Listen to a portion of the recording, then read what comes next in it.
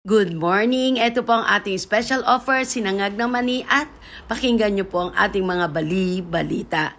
Yorosh ko po. Magandang umaga po. Ito po ang unang balita na mag-uusap tayo by Vicky Osawa.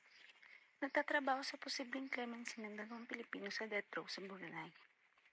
Sinabi ng Department of Migrant Workers sa isang pahayag nitong Sabado na ginagawa nila ang posibleng clemency ng dalawang overseas Filipino workers sa death row sa Brunei. Isa sa mga OFW ay isang si Edgar Puson na hatulan ng pagpatay sa kapwa manggagawang Pilipino sa ibang bansa noong 2005. Ngunit na-commute ito sa habang-buhay na pagkakakulong. Siya ay umaasa na mabigyan ng maagang magpapalaya bago siya maging 70 sa Enero sa susunod na taon, sinabi ng DMW. Ang isa pang OFW na si Cyril Tagapan na nagsisilbi sa kanyang sentensya mula noong 2016 dahil sa pagpatay sa isang mamamayan ng Brunei at para sa panunog at pagnanakaw. Noong unang bahagi ng linggo, nabisita ni DMW Secretary Hans Kakdak ang dalawang OFW sa kanilang pasilidad sa Bilangguan. Si Kakdak ay bahagi ng delegasyon ng Pangulo sa 2 araw na pagbisita ng punong ehekutibo sa Brunei, Darussalam mula May 28 hanggang 29, 2024. Pinarating ko ang mensahe ng Pangulo sa ating dalawang kababayan ng kanyang suporta at patuloy na panalangin para sa kanila, ani ni Kakdak sa isang pahayag. Pero ang nagpahayag ng kanilang lubos na pasasalamat sa Pangulo, dagdag niya. Sinabi ng DMW na nakikipag-ugnayan sila sa isang lokal na law firm na naghahainan ng place para sa clemency para sa dalawang Pilipino sa Attorney General Chambers at Privy Council ng Prime Minister Office. Dagdag pa ng DMW, gumagawa na rin sila ng karagdagang compassionate visit para sa dalawang Pilipino. At yan po ang unang balita na mag-usap tayo by Vicky Osawa. Mga problema at suliranin sa buhay ay hindi nawawala.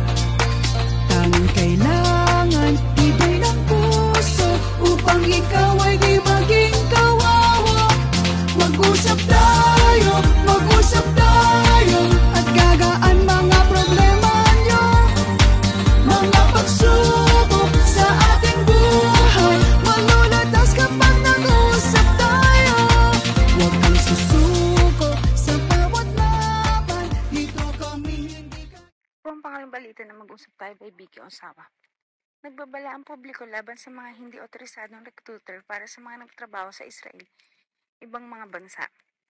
Nagbigay ng babala ang Embahada ng Pilipinas sa Israel para sa mga Pilipino na maging magbantay laban sa mga pagbubukas ng trabaho na inaalok ng hindi otorisadong recruiter. Sa isang advisory na inilabas noong Biyernes, sinabi ng Embahada ng Tel Aviv na kailangan muna aprubahan ng Department of Migrant Workers ang recruiter, recruitment agency at kontrata sa pagtatrabaho bago matanggap ang isang Pilipino worker sa ibang bansa. Idinagdag nito ang mga manggagawang Pilipino ay pinapayagan lamang na ipadala sa ibang bansa sertipikadong ligtas at nagpoprotekta sa mga karapatan ng mga manggagawang nito. Sakop ng mga batas at pagsukat ito ang mga tao ng kumpanya na kasalukuyang naghihikayat ng mga Pilipino sa Israel bilang manggagawa patungo sa US, Canada, Australia, Europe at iba pang destinasyon sa embassy. Sabi ng embassy. Hinakayat din ng mga Pilipino na ipaalam sa embahada ang mga hindi otorisadong recruiter upang maimbestigahan at maprosahan sila ng mga otoridad kung mapatunayang lumabag sa batas. Sa ilalim ng R8 10022 o ang batas ng mga amyenda sa Migrant Workers and Overseas Filipino Act, ang mga illegal recruiter ay dapat makulong ng hanggang 20 taon at pagmumultahin ng hanggang 2 million pesos. At yan po ang huling balita na mag-usap tayo by Vicky Osawa. Chika Talk for today.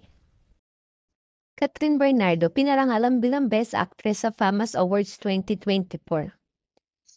Tinanghal bilang Best Actress si Catherine Bernardo sa 72th sa FAMAS Award para sa kanyang panggap sa A Very Good Girl. Ito ay isa lamang sa maraming pagkakakilanlang iginawat kay Catherine na nagpapatunay ng kanyang natatanging talento at dedikasyon sa propesyon. Kasama ni Catherine sa mga nominado sina Maricel Soriano, Charlie Dizon, Marian Rivera, Sharon Cuneta at Eugene Domingo. Samantala, itinanghal naman ng bilang Best Actress si Alfred Vargas at Fiolo Pascual dahil sa pagganap nila sa pelikulang Pieta at Malaria. At yan ang ating Chika Talk for today.